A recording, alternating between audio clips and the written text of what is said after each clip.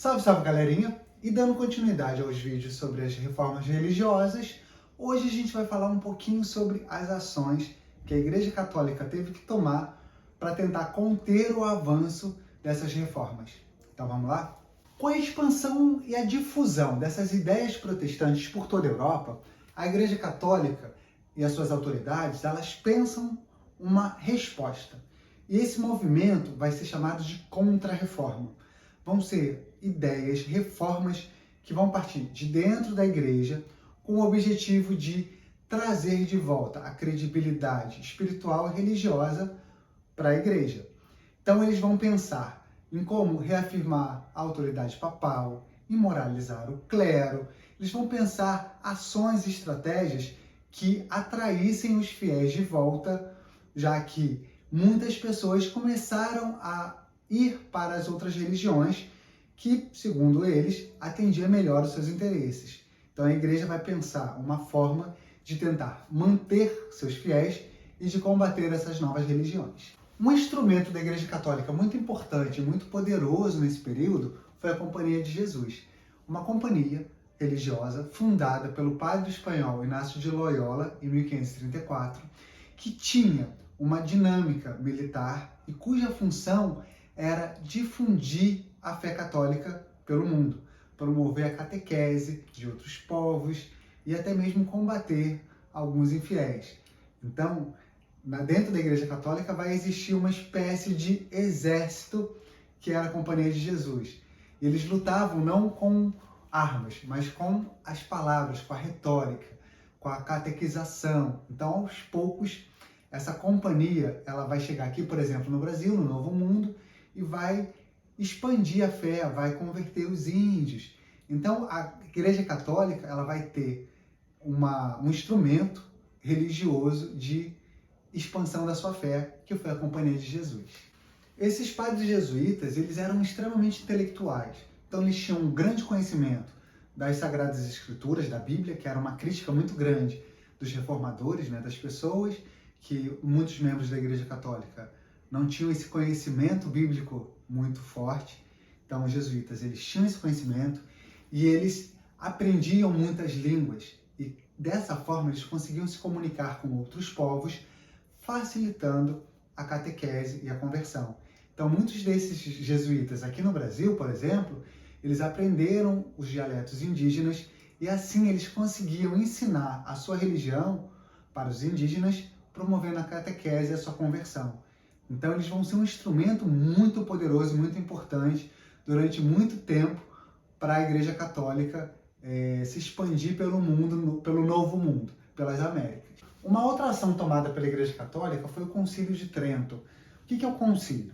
É uma reunião dos membros da autoridade da Igreja Católica, bispos, arcebispos, o Papa, que aconteceu na cidade de Trento, por isso que a gente tem esse nome, entre 1545 até 1563, onde essas pessoas começam a pensar formas de tentar conter esse avanço protestantista, porque eles estavam perdendo fiéis, e até mesmo repensar dogmas e práticas de dentro da Igreja Católica.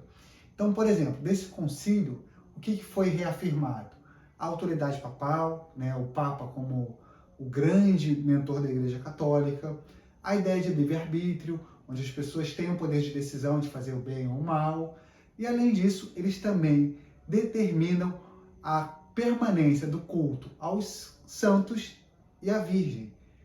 Enquanto as religiões protestantes não fazem essa adoração de santos e da Virgem Maria como pessoas capazes de interceder por nós junto a Deus, a Igreja Católica ela se mantém fiel a essa prática. Nesse período, a Igreja Católica vai criar o Santo Ofício da Inquisição. O que era isso? Era uma espécie de órgão dentro da Igreja que tinha o objetivo de regular e vigiar a vida dos fiéis e combater os hereges reformadores. Então, através de um tribunal, as pessoas eram acusadas, elas eram presas, passavam muitas vezes por torturas até admitir os seus crimes religiosos e eram assassinados. Então, essa Inquisição ela vai matar milhares de pessoas na Europa durante esse período teoricamente, em nome de Deus.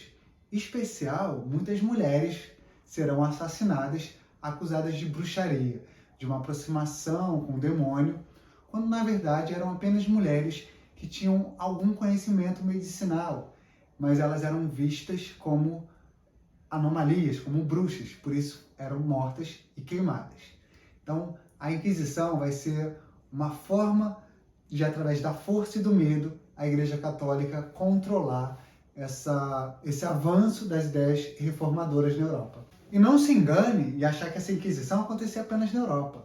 Nas colônias também. Então, várias vezes, padres e bispos saíam, por exemplo, de Portugal e vinham para o Brasil para fazer essa Inquisição, quando havia denúncias. Então, era muito comum membros da Igreja Católica virem para o Brasil, fazer essa Inquisição de prender, fazer esses julgamentos e acabar matando algumas pessoas em nome de Deus.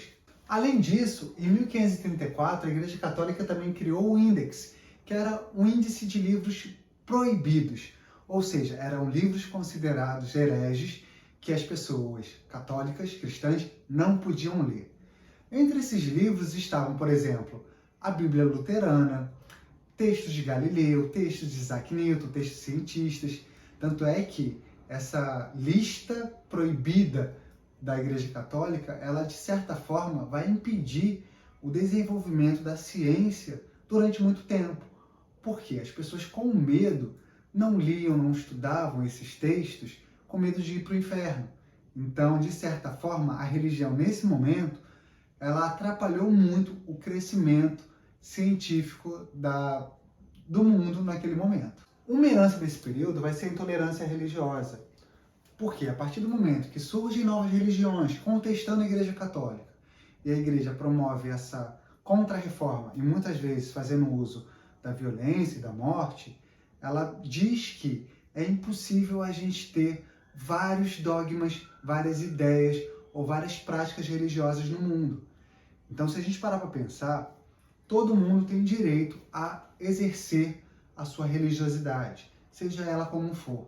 A partir do momento em que eu tenho uma fé e eu digo que a do outro está errado, eu estou promovendo uma intolerância religiosa.